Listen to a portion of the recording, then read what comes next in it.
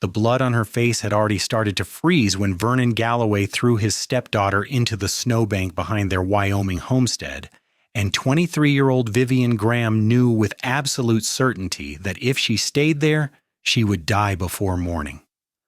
The January wind cut through her torn dress like broken glass, and each breath felt like swallowing ice. But she forced herself to crawl forward even as her stepfather's boots crunched back toward the house, the door slamming with a finality that suggested he expected the mountains to finish what his fists had started. Her mother had been dead 3 months now, taken by fever, and without her fragile protection, Vernon had revealed himself fully for the monster he was. Vivian did not know how long she lay there in the snow, only that the cold stopped hurting after a while, which some distant part of her mind recognized as dangerous. The homestead sat 5 miles outside Rock Springs, Wyoming, far enough from town that her screams earlier had gone unheard by anyone except the winter wind. Vernon had married her mother 2 years ago, a widower himself with a failing ranch and a taste for whiskey that had only worsened after the wedding. Tonight he had been drinking since noon, and when Vivian had refused to sign over the small inheritance her real father had left her, Vernon's temper had exploded into violence that left her ribs aching and her lips split open. She tried to stand but fell twice, finally settling for crawling through the snow toward the main road, though it was barely more than a frozen trail this far from town. Her hands had gone numb, making it hard to grip anything, and the world kept tilting sideways in ways that made her stomach lurch. Blood dripped from her mouth onto the pristine white snow, leaving a trail of crimson drops that looked black in the moonlight. The homestead behind her sat dark and silent. Vernon likely passed out drunk by now, unconcerned with whether she lived or died out here in the January night. The sound of hoofbeats came from somewhere far away or perhaps very close. Vivian could no longer tell.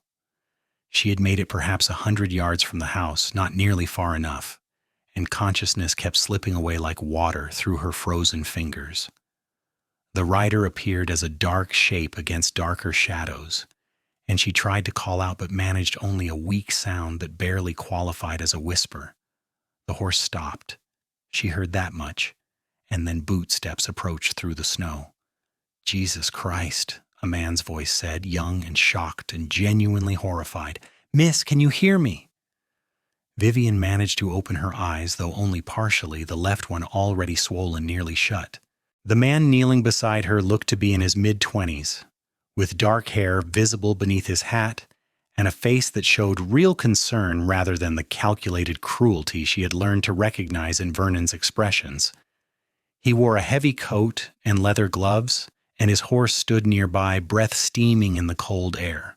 "Please," Vivian whispered, her voice raw, "do not take me back there." The cowboy's jaw tightened as he took in her injuries, his eyes moving from her bloody face to her torn dress to the homestead in the distance. "I would not dream of it," he said quietly. "My name is Lucas Brennan. I am going to lift you onto my horse, and we are getting you somewhere warm. This is going to hurt. I am sorry." He was right about that. When Lucas gathered her up in his arms, Vivian's ribs screamed in protest, and she could not suppress a cry of pain. He murmured apologies as he lifted her into the saddle and then swung up behind her, arranging his heavy coat around her shaking body. His arm came around her waist to steady her, and Vivian found herself leaning back against his chest, too weak and cold to maintain her own balance. "There is a line shack about 2 miles east," Lucas said, his voice close to her ear. "It belongs to the ranch I work for. We can get you warm there, and then we will figure out what comes next. Can you tell me your name?" "Vivian," she managed through chattering teeth. "Vivian Graham." "Hold on, Vivian, just hold on for me." The ride to the line shack blurred together in Vivian's memory afterward. She remembered the steady rhythm of the horse's gait, the solid warmth of Lucas behind her, the way he kept talking to her whenever she started to drift away, asking questions about her age and where she was from and whether she could still feel her fingers. She learned that he was 24, that he worked for the Double Bar Ranch as a horsebreaker, that he had been riding back from checking fence lines when he spotted her in the snow. The line shack was small but solid, built to shelter cowboys during winter cattle operations. Lucas dismounted first and then carefully lifted Vivian down, carrying her inside and kicking the door shut behind them. He set her gently on the single bunk and immediately moved to light the small stove in the corner, his movements quick and efficient despite the darkness. "We need to get you out of those wet clothes," Lucas said as the fire caught, casting flickering light through the small space. He rummaged through a trunk in the corner and pulled out spare clothing, work shirts and wool pants meant for ranch hands. "Can you manage it yourself, or do you need help?" Vivian tried to unbutton her dress, but her frozen fingers refused to cooperate, fumbling uselessly at the fabric. Humiliation burned in her chest. But Lucas approached without any hint of impropriety in his expression. All business as he helped her out of the wet dress and into the dry clothes, keeping his eyes averted as much as possible. The pants were far too large and had to be rolled up several times, and the shirt hung nearly to her knees, but they were dry and warm, and that was all that mattered. Once she was changed, Lucas wrapped her in a blanket and set about examining her injuries more carefully. He lit a lantern and knelt beside the bunk, his face serious as he gently touched her swollen eye and split lip. "This needs cleaning," he said, producing a flask of whiskey from his saddlebag. "It is going to sting." Vivian nodded, bracing herself, but still hissed in pain when he dabbed the alcohol against her cuts. Lucas worked with surprising gentleness, cleaning the blood from her face and hands, checking her ribs with careful pressure that made her wince. "I think they might be cracked," he said grimly. "Not broken, or you would be in even worse shape. Who did this to you, Vivian?"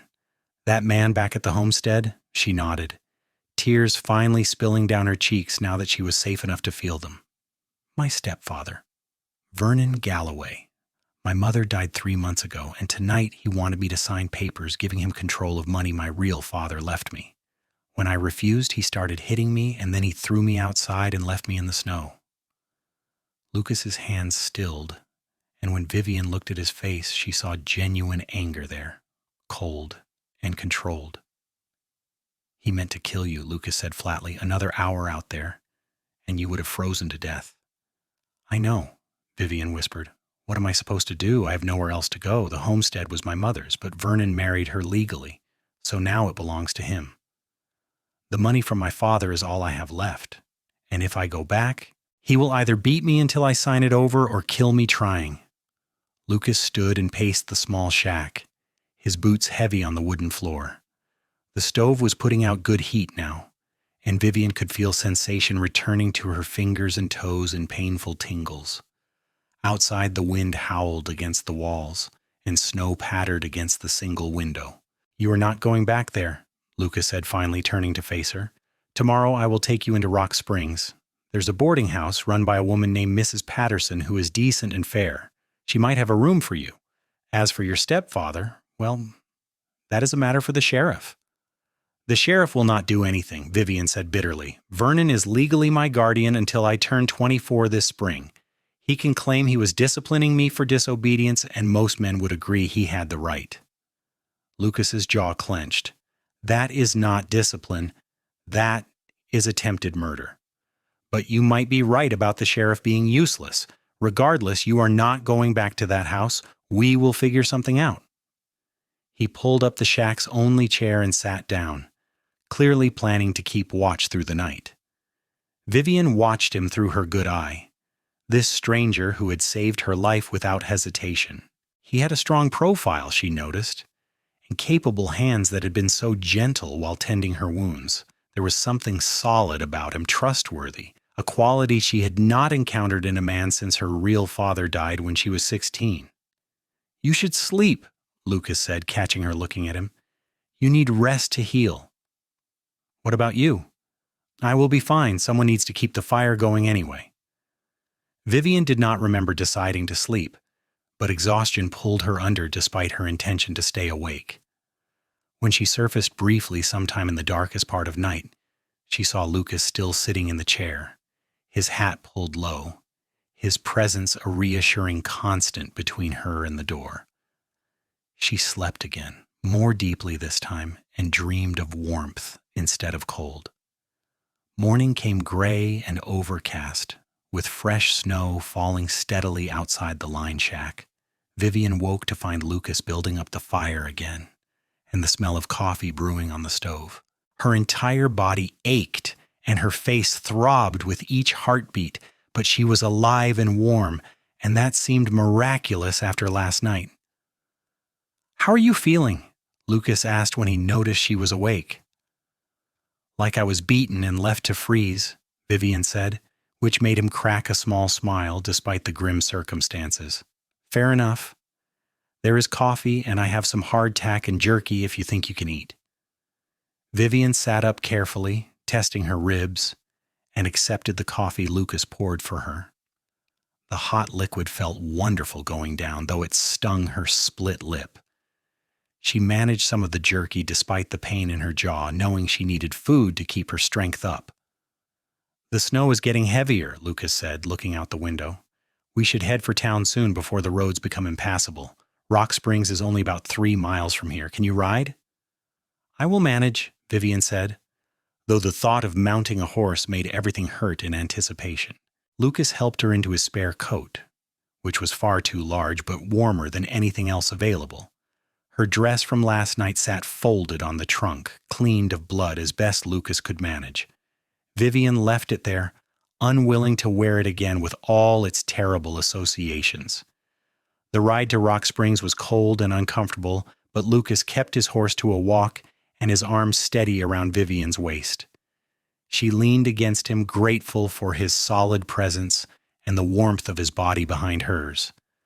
The snow fell thick and heavy, coating them both in white, and the world became a landscape of muffled sounds and limited visibility. Rock Springs materialized gradually through the snowfall, a collection of wooden buildings lining a main street that turned to thick mud in summer and frozen ruts in winter. Even in the snow, Vivian could see the signs of a working railroad town, the coal mines that operated year-round, the saloons that never seemed to close. Lucas guided his horse directly to a neat white house at the edge of town, smoke rising from its chimney, promising warmth within. Mrs. Patterson answered the door herself, a stout woman in her 50s with sharp eyes that immediately took in Vivian's battered face and oversized clothing. Those eyes moved to Lucas with a question in them. "Found her last night, nearly frozen to death," Lucas said simply. "Her stepfather beat her and threw her out in the snow. She needs a safe place to stay, Mrs. Patterson. I can pay for a week up front." "You will do no such thing," Mrs. Patterson said briskly, already pulling Vivian inside.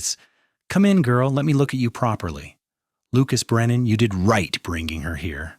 I will take care of her from here."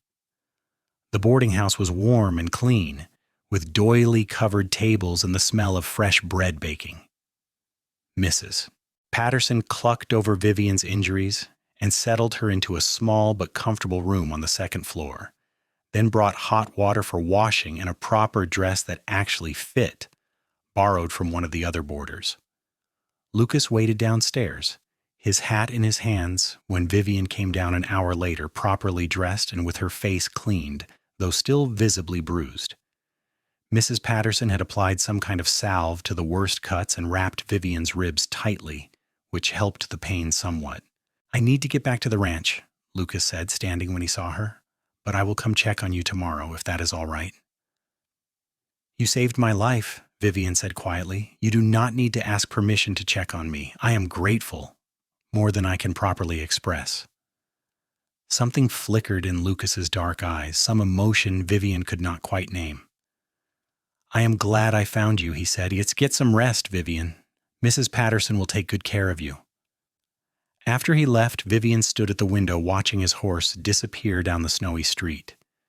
Mrs. Patterson came to stand beside her, arms crossed over her ample chest. "That is a good man," the older woman said. "Works hard, does not drink overmuch, treats people with respect. You could do worse than Lucas Brennan taking an interest in you." "He was just being kind," Vivian protested, though she felt her bruised face heat at the suggestion. Kind, yes, but I saw how he looked at you, girl. And how you looked at him just now. I have been running this boarding house for 15 years, and I know the start of something when I see it. Mrs. Patterson patted her arm gently. Now, you need to eat a proper meal. Come help me in the kitchen and tell me the whole story. Over lunch, Vivian told Mrs. Patterson everything. Her father's death when she was 16, her mother's remarriage to Vernon Galloway 2 years ago, the gradual revelation of Vernon's true nature, and finally her mother's death and last night's violence. Mrs. Patterson listened with a deepening frown, occasionally muttering things about men and their cruelty that made Vivian feel validated in ways she had not expected. The law will not help you, Mrs. Patterson said finally, confirming what Vivian already knew. Not against a husband, even a stepfather with some legal claim. But you have that inheritance your real father left you, yes? Has Vernon gotten his hands on it yet? No, it is held in trust at the bank. Mr. Henderson, the banker, knew my father and set it up so I would receive control when I turned 24. That is only 2 months away now. Then that is your salvation, Mrs. Patterson said firmly. You stay here, safe, until your birthday. With that money, you can start fresh somewhere else or stay in Rock Springs if you prefer. You can work here helping me to earn your keep. I always need an extra pair of hands. And if Vernon Galloway comes around, well, he will find I do not take kindly to men who beat women. The thought of Vernon tracking her here made Vivian's stomach clench with fear. But Mrs. Patterson's fierce expression was oddly reassuring. The older woman had the look of someone who had dealt with difficult men before and emerged victorious. Lucas returned the next afternoon as promised, stomping snow off his boots in the entryway and looking relieved when Vivian came downstairs to greet him. She had slept deeply the night before, the first real rest she had gotten in months, and though her injuries still hurt, she felt more human than she had since her mother's death. You look better, Lucas said, and there was genuine pleasure in his voice at seeing the improvement. I feel better. Mrs. Patterson has been wonderful. She has that reputation. Lucas twisted his hat in his hands, suddenly awkward.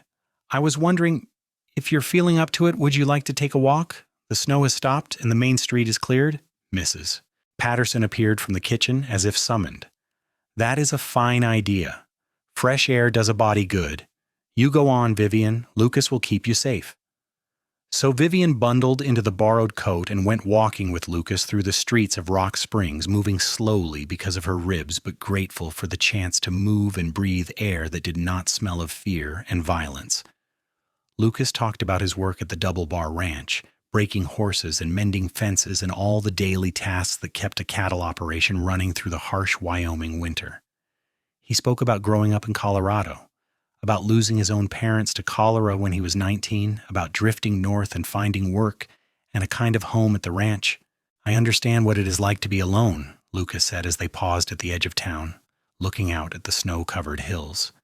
To have the people who are supposed to protect you taken away. It makes the world feel less safe.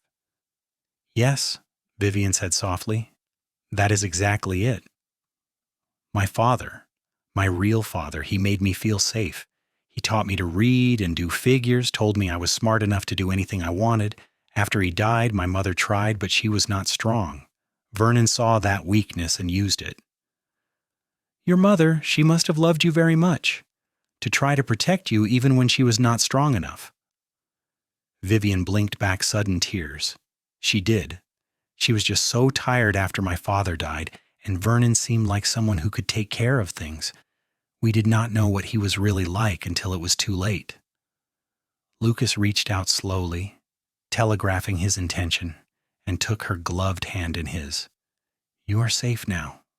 I know the world still feels dangerous, but you have Mrs. Patterson looking out for you and you have me. I am not going to let anything happen to you, Vivian. Something warm unfurled in Vivian's chest at his words, at the solid certainty in his voice. She squeezed his hand back. This man who was still essentially a stranger, but who had shown her more genuine kindness than her stepfather had in 2 years. They walked back to the boarding house hand in hand, and when they parted at the door, Lucas promised to return in a few days. Vivian watched him go with that same warm feeling still glowing in her chest, and when she turned around, Mrs. Patterson was there with a knowing smile. "Told you," the older woman said. "The start of something." The days settled into a routine. Vivian helped Mrs. Patterson with cooking and cleaning, learning that the older woman had been widowed young and built her boarding house business from nothing. There were 3 other residents, an elderly clerk named Mr. Simmons, a young school teacher named Miss Allen, and a railroad worker named Jack, who was rarely home. They were kind people who treated Vivian with gentle courtesy and never pried about her injuries, though she caught them looking sometimes with sympathy in their eyes. Lucas came by every few days whenever his work at the ranch allowed. Sometimes they walked through town, and sometimes they sat in Mrs. Patterson's parlor and talked for hours. Vivian learned that Lucas loved horses with a passion bordering on reverence, that he dreamed of having his own ranch someday, that he played the harmonica but refused to demonstrate because he claimed to be terrible at it. Lucas learned that Vivian had her father's head for figures, that she had once dreamed of being a teacher herself, that she made excellent apple pie and terrible coffee. A week became 2, and the bruises on Vivian's face faded from purple to yellow to gone. Her ribs healed enough that she could move without wincing, and the cut on her lip became nothing more than a thin pink line. The fear started to fade too, though she still had nightmares sometimes about the cold and Vernon's fists and the certainty that she was going to die in the snow. It was during the 3rd week that Vernon came to town. Vivian was in the kitchen helping Mrs. Patterson prepare lunch when she heard the front door open and a man's voice demanding to see his stepdaughter. Her blood turned to ice, and the bowl she was holding slipped from her fingers to shatter on the floor. Mrs. Patterson took one look at her face and pointed to the back stairs. "Go to your room and lock the door," she said in a voice that brooked no argument. Then she marched into the front hall like a general going to war. Vivian went, but she could not help listening at the top of the stairs, her heart pounding so hard she felt sick. "You have no right to keep my stepdaughter from me," Vernon was saying, his voice carrying the edge of controlled anger that Vivian knew preceded violence. "She is under my legal guardianship and she belongs at home. This girl came here beaten half to death and frozen near solid," Mrs. Patterson said, her voice cold as January wind. "You threw her out in a blizzard to die, and now you have the gall to come here demanding I hand her over? I will see you in hell first, Mr. Galloway." "The law says she is mine to deal with as I see fit. If she was disciplined, it was for her own good. Now fetch her down here before I go to the sheriff." "Go ahead and fetch the sheriff. While you are at it, I will tell him about the bruises and the cracked ribs and the fact that this girl would be dead if not for Lucas Brennan finding her. See how well your legal guardianship holds up against attempted murder." There was a long, tense silence. Then Vernon said, "I want to see her just to talk. 5 minutes." "No. I could force my way up there." "You could try." Something in Mrs. Patterson's voice made it clear this would not end well for Vernon. "But I have a shotgun behind this counter, Mr. Galloway, and I know how to use it. I have dealt with men like you before, and I do not take kindly to bullies." Another silence. Longer this time. Vivian held her breath, pressing herself against the wall, ready to run to her room and barricade the door if necessary. "This is not over," Vernon said finally. "That girl has money that should rightfully be mine, and I will have it one way or another. The money was left to her by her real father, who clearly had more sense than to trust you with a bent penny. Now get out of my house before I load that shotgun." Footsteps, heavy and angry, retreating across the floor. The door slammed hard enough to rattle the windows. Vivian stayed frozen where she was until Mrs. Patterson called up the stairs. "He is gone, dear. Come down." Vivian descended on shaking legs to find Mrs. Patterson standing in the front hall, her face set in grim lines. The older woman pulled her into a fierce hug. "That man is dangerous," Mrs. Patterson said. "More dangerous than I realized. We need to get word to Lucas. And we need to make sure you are never alone until your birthday passes and that money is legally yours." "He will not give up," Vivian whispered. "Vernon never gives up when he wants something. He will find a way to get to me." "Not if I have anything to say about it, and neither will Lucas." Mrs. Patterson sent Mr. Simmons to the Double Bar Ranch with a message, and Lucas arrived within 2 hours, his horse lathered from hard riding. He took one look at Vivian's white face and gathered her into his arms right there in the front hall, holding her tight while she shook. "I should have killed him," Lucas said quietly, and the cold certainty in his voice was almost frightening. "That night I found you. I should have gone to that homestead and put a bullet in him." "That would have made you a murderer," Vivian said into his chest. "It would have made the world a better place." Mrs. Patterson cleared her throat. "While I appreciate the sentiment, Lucas, we need to think practically. Vernon knows where Vivian is now. He claims to have legal guardianship over her until she turns 24, which is what, 6 weeks from now?" 7 weeks, Vivian said. "March 28th. So we need to keep her safe for 7 weeks, and then she will have access to her inheritance and the legal right to make her own decisions. Vernon will have no more claim on her." Lucas pulled back enough to look down at Vivian, his hands still on her shoulders. "Come stay at the ranch," he said. "We have a bunkhouse, and the boss's wife would be happy to have another woman around. Vernon would not dare try anything with a dozen cowboys willing to defend you." "I cannot ask you to do that," Vivian protested. "You have already done so much, and putting yourself and others at risk." "You are not asking. I am offering. And every man at the Double Bar would count it a privilege to protect you once they know what that bastard did." Lucas's hands tightened briefly on her shoulders. "Please, Vivian, let me keep you safe. These past 3 weeks, getting to know you, they have been the best weeks I have had in years. I am not ready to lose you to that monster's cruelty." Vivian looked up into his dark eyes and saw something there that made her breath catch. This was more than kindness, more than duty. Lucas cared about her, truly cared, and the realization sent warmth flooding through her chest. "All right," she said softly, if you are sure it would not be an imposition."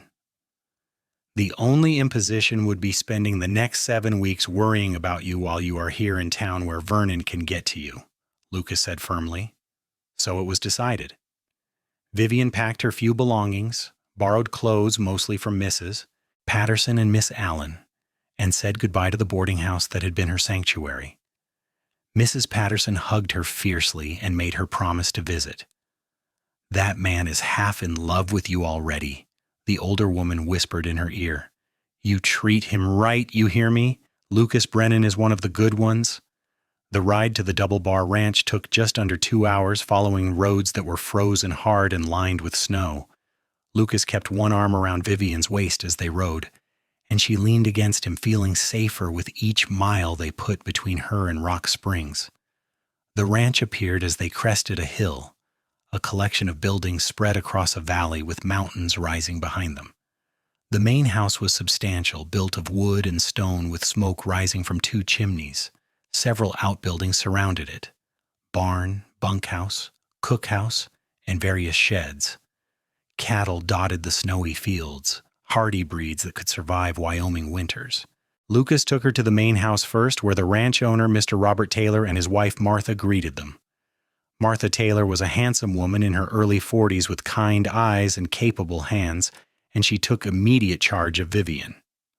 "Lucas told us you might be coming," Martha said, leading Vivian into a warm sitting room. "Robert and I are happy to have you here. We have a spare room that does not get used except when Robert's sister visits, and she will not be here until summer. You are welcome to stay as long as you need." "I cannot thank you enough," Vivian said, overwhelmed by the kindness of these strangers. "Think nothing of it. Any friend of Lucas is welcome here, and besides, we could use another woman around. I get tired of nothing but male company sometimes."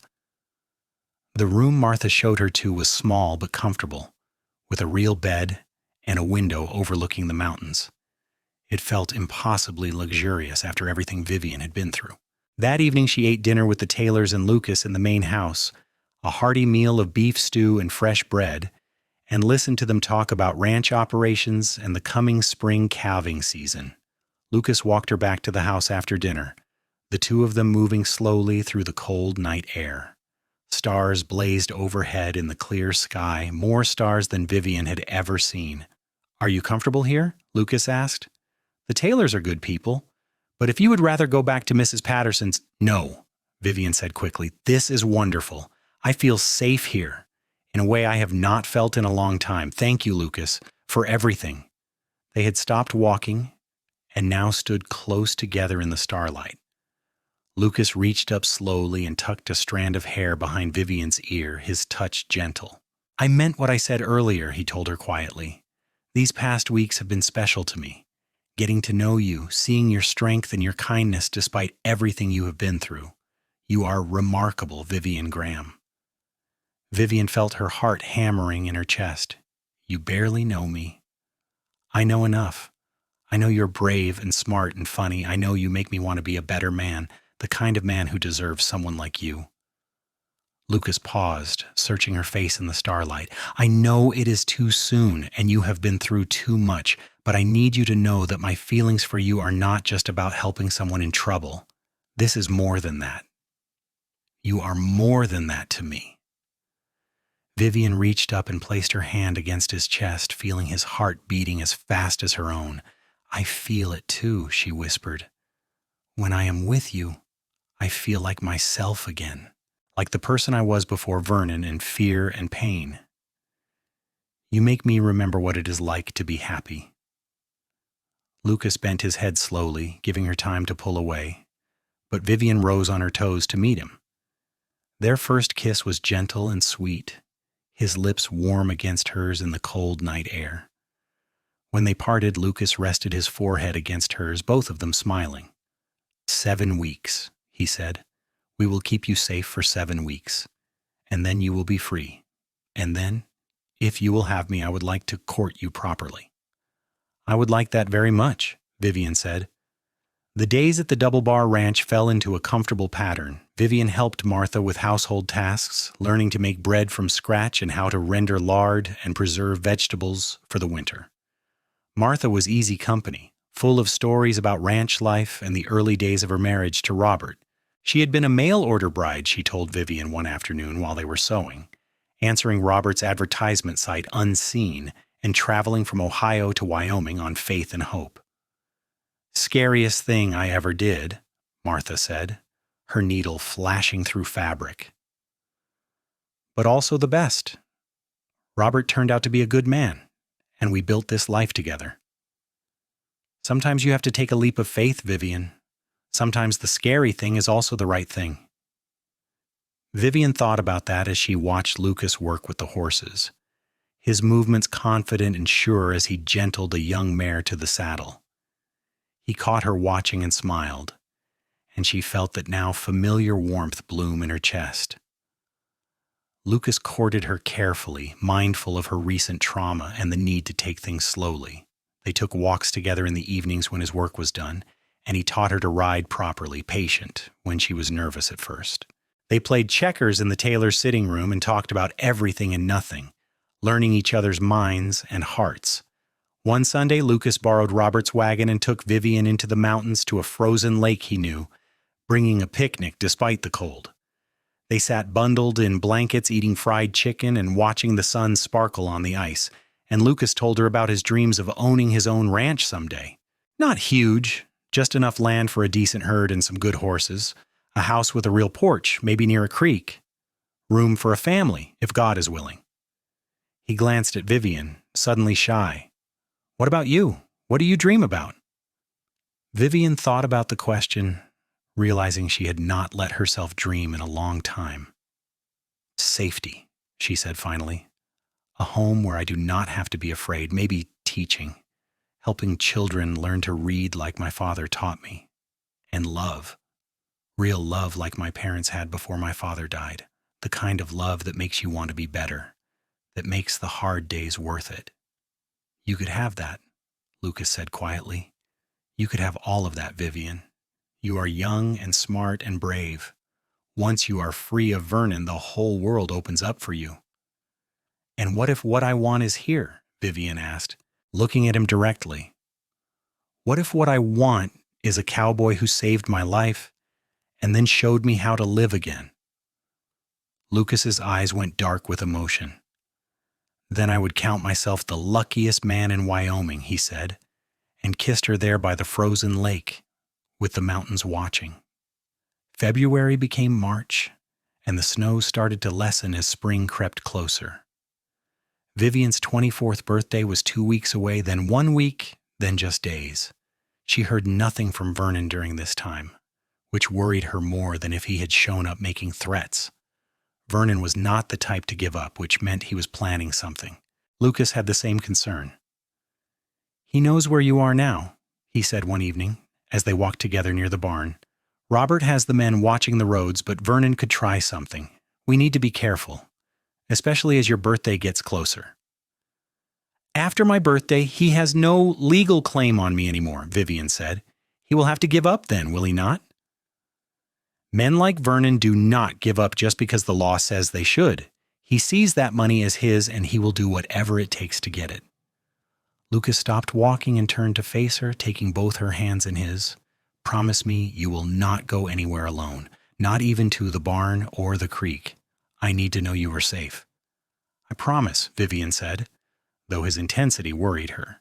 2 days before her birthday, Vernon made his move. It happened in the afternoon, when most of the men were out checking the herd, and Lucas was in the far pasture breaking a new horse.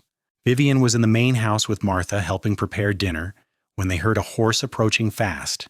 Martha went to the window, and her face went pale. "That is Vernon Galloway," she said. "Robert is at the North Range, and most of the men are with him." Vivian felt ice flood her veins. "Where is Lucas?" "Far pasture, at least 30 minutes away, even if someone could reach him." Martha's jaw set in determined lines. "Lock yourself in your room, Vivian. I will handle this."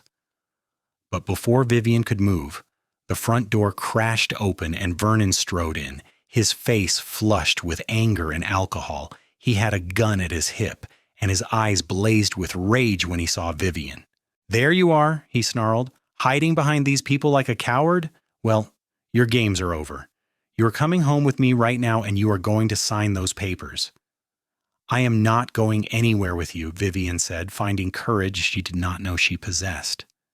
"In 2 days I turn 24, and you have no legal claim on me anymore. You have no right to any part of my father's money." "Your father," Vernon spat.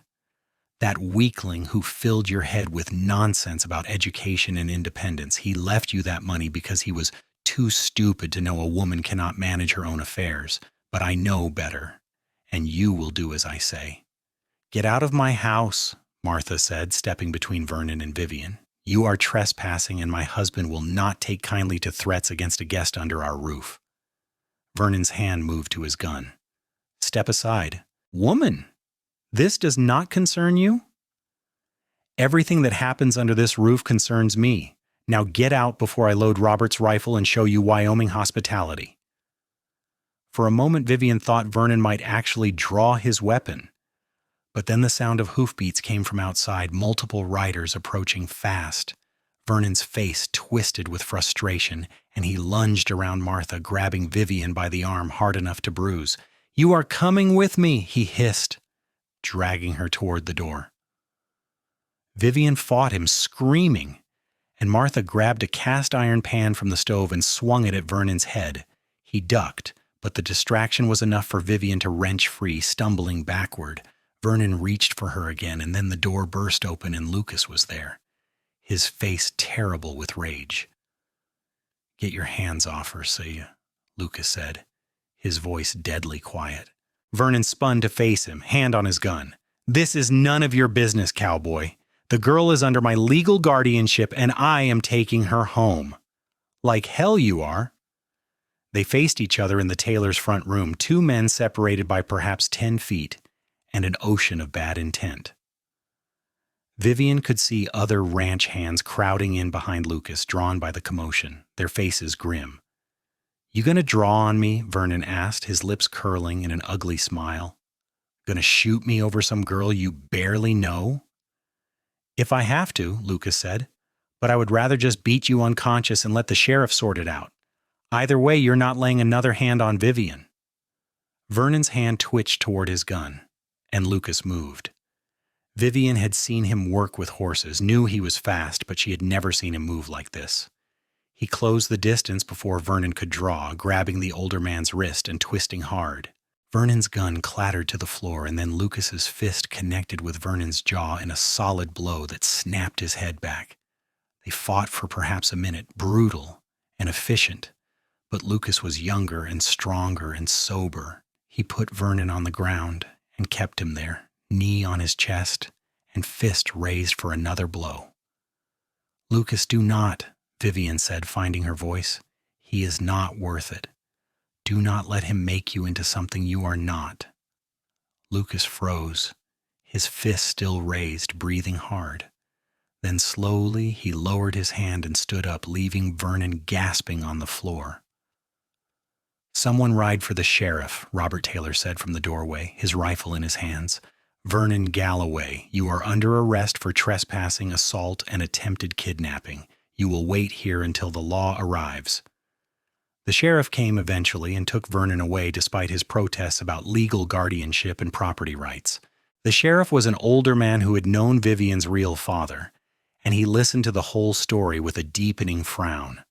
"Guardianship or not, you cannot beat a woman half to death and leave her to freeze," the sheriff said finally. "And breaking into someone's home with a weapon crosses more than a few lines. You will sit in a cell until the circuit judge arrives, Mr. Galloway, and he can sort out what charges stick." After they left, Vivian found herself shaking so hard she could barely stand. Lucas caught her before she fell, holding her close while she cried out all the fear and anger and relief. "It is over," Lucas murmured into her hair. "He cannot hurt you anymore. You are safe." "He could have killed you," Vivian said, pulling back to look at him. "He was going for his gun, Lucas. He could have shot you." "But he did not. And I would risk it again in a heartbeat to keep you safe." Lucas cupped her face gently in his hands. "You mean everything to me, Vivian. Surely you know that by now." "I know," she whispered. "And you mean everything to me, too." 2 days later, on March 28th, 1887, Vivian Graham turned 24 years old. She rode into Rock Springs with Lucas and Martha Taylor, walked into the bank where her father's money had been held in trust for 8 years, and signed the papers that made her a free woman with her own resources. Mr. Henderson, the banker, shook her hand and congratulated her, clearly pleased that she had escaped Vernon's clutches. "Your father would be proud of you," the old banker said. "He always knew you were strong enough to make your own way." Outside the bank, standing in the spring sunshine with mud season just beginning to turn the streets messy, Lucas took Vivian's hand. "You are free now," he said, "truly free. You can go anywhere, do anything. What will you do?" Vivian looked at him. This man who had saved her life and then given her reasons to live it. "I think," she said slowly, "that I would like to stay in Wyoming. I would like to maybe start a small school here in Rock Springs, teach children who do not have other opportunities, and I would like to continue being courted by a cowboy who makes me believe in happy endings." Lucas's face broke into a wide smile. "That sounds like a fine plan," he said. "The best plan I have ever heard, in fact." They celebrated her birthday at Mrs. Patterson's boarding house with cake and coffee and all the people who had helped Vivian through the worst time of her life. Mrs. Patterson cried and hugged her and took credit for bringing her and Lucas together. Miss Allen talked excitedly about Vivian's idea for a school, offering to help. Even Mr. Simmons raised his coffee cup in a toast to new beginnings. That evening, Lucas took Vivian walking through Rock Springs as the sun set, painting the sky in shades of orange and pink. They walked to the edge of town and looked out at the Wyoming landscape, vast and beautiful and full of possibility. "I love you," Lucas said, the first time he had spoken the words aloud. "I think I started loving you that night I found you in the snow, when you looked up at me with such hope despite everything. I love your strength and your kindness and the way you laugh at my terrible jokes. I love who I am when I am with you." Vivian felt tears prick her eyes, but they were happy tears this time. "I love you too," she said. "You showed me that the world could be good again, that I could trust and hope and dream. You gave me back my life, Lucas Brennan." "Then spend that life with me," Lucas said, and dropped to one knee right there on the muddy road. "I do not have a ring yet, and I know we have not been courting long, but I know my heart. Marry me, Vivian. Let me spend the rest of my days making you happy." "Yes," Vivian said, laughing and crying at the same time. "Yes, absolutely yes." Lucas stood and swept her into his arms, spinning her around before kissing her thoroughly. When they finally parted, both breathless and smiling, Vivian realized she had never felt this happy in her entire life.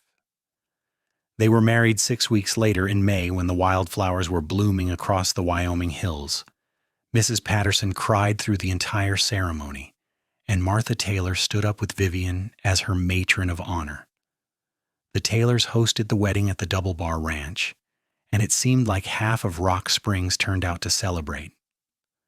Vernon Galloway had been convicted of assault and attempted kidnapping by the circuit judge and was serving 2 years in the territorial prison. He had tried to contest the trust one final time, but the judge had thrown it out, ruling that Vivian's father's will was clear and legal. Vivian tried not to think about what would happen when Vernon got out, but Lucas assured her they would deal with it together when the time came. For now, there was only joy. Vivian wore a dress that Martha had helped her sew, white cotton with lace at the collar, and carried wildflowers that Lucas had picked that morning.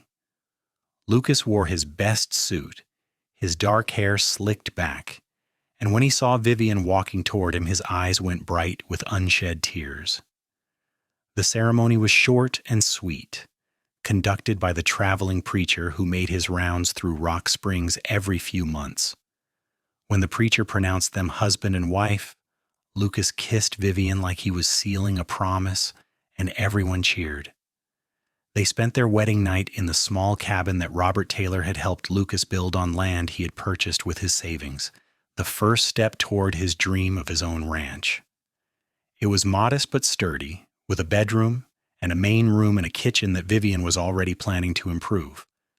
The land around it was beautiful, rolling hills with a creek running through and enough grazing for a small herd.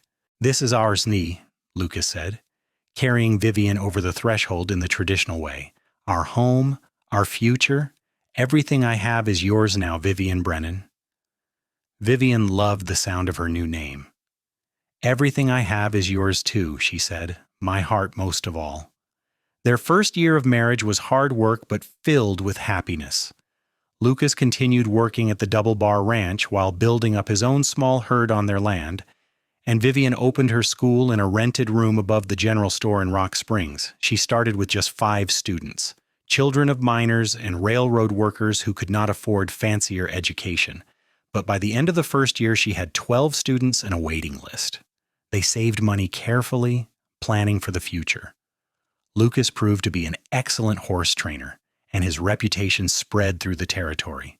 Vivian's school gained respect as well, especially after 2 of her students placed first and second in a spelling competition in Cheyenne. In December of their first year of marriage, Vivian realized she was pregnant. She told Lucas on Christmas morning, wrapped up as her gift to him, and watched his face transform with wonder and joy. "A baby," he said, his hand coming to rest on her still flat stomach. "We are going to have a baby." "Are you happy?" Vivian asked, though she could see the answer on his face. "Happy does not even begin to cover it," Lucas said, kissing her gently. "You have given me everything, Vivian. A home, a purpose, love, and now a child. I am the luckiest man alive." Their son was born in August 1888, arriving during a thunderstorm that rattled the cabin windows. Martha Taylor served as midwife, and Lucas paced outside like a caged animal until he heard the baby cry. When Martha finally let him in, he approached the bed with reverent steps, looking down at Vivian holding their tiny son with awe on his face. "He is perfect," Lucas whispered. "He is," Vivian agreed, exhausted but happier than she had ever imagined possible. They named him James after Vivian's father, with the middle name Robert after the ranch owner who had given them both so much. Little James was a healthy baby with his father's dark hair and his mother's gray eyes, and he was thoroughly adored by everyone who met him. Vernon Galloway was released from prison when James was 6 months old, and Vivian felt the old fear creep back when she heard the news. But Vernon left Wyoming entirely, heading east according to reports, and they never saw him again. Years later, they heard he had died in a bar fight in Kansas City, and Vivian felt only relief that he could never threaten her family again. The years passed in the way years do, marked by growth and change, and the steady accumulation of happiness. Lucas bought more land and built their herd until he could quit working for Robert Taylor and focus entirely on his own ranch. Vivian's school moved to a proper building, and she hired an assistant teacher to help manage the growing number of students. Their daughter arrived in 1890, a tiny thing they named Emma, who had her mother's stubbornness and her father's easy smile. James adored his little sister, carrying her around and showing her everything on the ranch as soon as she could walk. Another son followed in 1893, Samuel, who from birth seemed most interested in horses and followed Lucas around like a shadow. The cabin expanded into a proper house, with rooms for all the children and a big kitchen where the family gathered for meals. Lucas built the porch he had always dreamed of, where he and Vivian sat in the evenings watching their children play in the yard. In 1895, when Vivian was 32 and Lucas was 33, they stood on that porch watching the sunset, their 3 children finally asleep after a long day. "Do you remember the night I found you?" Lucas asked, his arm around Vivian's shoulders. "Every detail," Vivian said. "I was so cold and scared, certain I was going to die. I think about it sometimes, how easily I might have missed you if I had taken a different route home or left the ranch an hour earlier or later. We would never have met, and none of this would exist." Vivian leaned into his warmth, this man who had saved her life in more ways than one. "But you did not miss me. You found me and you saved me and you loved me, and we built this life together." "Best thing I ever did," Lucas said, kissing the top of her head. "Finding you and loving you, Vivian, best thing I will ever do." Inside the house, one of the children called out, probably Samuel having a nightmare. Vivian smiled and moved to go to him, but Lucas caught her hand. "I will go," he said. "You sit and enjoy the sunset. You have earned the rest." Vivian watched him disappear inside, this good man who had kept every promise he had ever made to her. She thought about that girl in the snow all those years ago, broken and terrified and convinced she had nothing left to live for. That girl could never have imagined this future. A home full of love and laughter, children who felt safe and cherished, a husband who treated her as a partner and equal. The past had been cold and cruel, but the present was warm and full of light. And the future stretched ahead of them, full of promise and possibility, built on the foundation of a love that had started with rescue and grown into something vast and unshakable. Vivian heard Lucas soothing Samuel inside, his voice gentle and patient, and smiled. This was her life now, this house, this family, this love. The snow and fear and pain were far behind her, nothing but memories that reminded her how precious the present truly was. The sun sank below the horizon, painting the Wyoming sky in shades of gold and purple, and Vivian sat on her porch feeling deeply, completely happy. She had been found when she was lost, loved when she felt unlovable, and given a second chance at life when death seemed certain. And she had taken that second chance and built something beautiful from it, something worth every moment of hardship it had taken to get here. The years ahead would bring their own challenges, she knew, but they would face them together as they had faced everything else, with courage and love and an unwavering belief in each other. Lucas came back outside and settled beside her, taking her hand in his like he had done 1,000 times before. They sat together in comfortable silence, watching the stars emerge one by one, 2 people who had found each other in the darkness and built a life in the light. The children grew and eventually had families of their own. James became a rancher like his father, taking over more and more of the operation as Lucas aged. Emma surprised everyone by becoming a lawyer, one of the first women to practice law in Wyoming. Fierce and brilliant, and devoted to helping people who could not help themselves. Samuel did indeed work with horses, becoming a veterinarian who traveled throughout the territory tending to sick and injured animals. Lucas and Vivian became grandparents, then great-grandparents, their house always full of visiting family and the sound of children's laughter. Vivian eventually retired from teaching, training up younger teachers to take over her school, but she never stopped reading and learning. Lucas continued working the ranch until his body finally insisted he slow down, and even then he could be found most days on the porch, watching the horses in the pasture with a contented smile. On their 50th wedding anniversary, the family threw them a party that brought people from all over Wyoming. Mrs. Patterson had passed away years before, but her boarding house still stood, now run by one of her nieces. The Taylors were there, Robert walking with a cane now, but still sharp-eyed and laughing. The small cabin where Lucas and Vivian had started their life together still stood on their property, maintained as a reminder of where they began. During the party, Lucas gave a speech that made everyone cry, talking about finding a frozen girl in the snow and having his life changed forever. "She was the bravest person I had ever met," he said, his voice still strong despite his years, "and she made me want to be brave too. Every day with her has been a gift, and I would live them all again exactly the same." Vivian stood beside him, her hair white now, but her eyes still bright, and squeezed his hand. "We saved each other," she said simply. "That is what love does. It saves us." They lived to see the new century arrive, marveling at how much the world had changed since that winter night in 1887 when everything began. Wyoming became a state. Automobiles appeared on the streets of Rock Springs, and electric lights replaced the oil lamps they had used for so many years. But some things never changed. The love between Lucas and Vivian remained as strong and true as it had been from the beginning, weathering every storm and celebrating every joy together. They had built not just a life, but a legacy, a family that carried forward the values they had instilled: kindness, courage, and the bone-deep belief that love was always worth fighting for. Lucas Brennan passed away peacefully in his sleep in 1910 at the age of 71, with Vivian holding his hand. She mourned him deeply, but without bitterness, grateful for every single day they had shared. She lived another 8 years, long enough to see the end of the Great War and the beginning of what people were calling a new age. On a spring morning in 1918, surrounded by her children and grandchildren and great-grandchildren, Vivian closed her eyes for the last time. Her last words were about Lucas, about how she could feel him waiting for her, and how she had missed him every day since he left.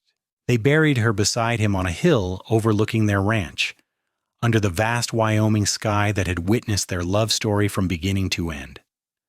The headstone read simply, "Lucas and Vivian Brennan, beloved husband and wife, who found each other in the snow and built a love that lasted forever." Their descendants continued to tell the story for generations about the night Lucas found Vivian frozen and broken and chose to save her, about how that single act of kindness had rippled outward to touch hundreds of lives, about how love, real love, could transform everything.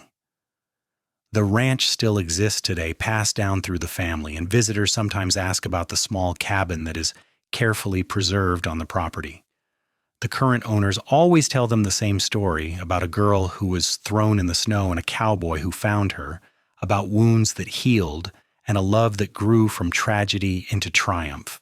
And they always end the story the same way, by saying that Lucas and Vivian proved that even the coldest night can lead to the warmest dawn, and that sometimes being saved means finding someone who sees you when you are at your worst and chooses to love you anyway. The land remembers them still, the hills where Lucas taught his children to ride, and the creek where Vivian used to sit and read on summer afternoons. The house that grew from a cabin holds the echoes of their laughter, their arguments, their whispered conversations in the dark, The porch where they sat together for 50 years still stands, though it has been rebuilt twice, still offering the same view of Wyoming sky and rolling hills. Their love story became part of the fabric of Rock Springs, passed down like folklore but rooted in absolute truth. Children learned about them in school, about how Vivian opened the first school in town, and how Lucas helped establish the ranching industry that sustained the community for generations. But the real legacy lived in their descendants, in the values they passed down and the example they set. They showed everyone who knew them that love was not just a feeling but a choice, made every day through actions large and small.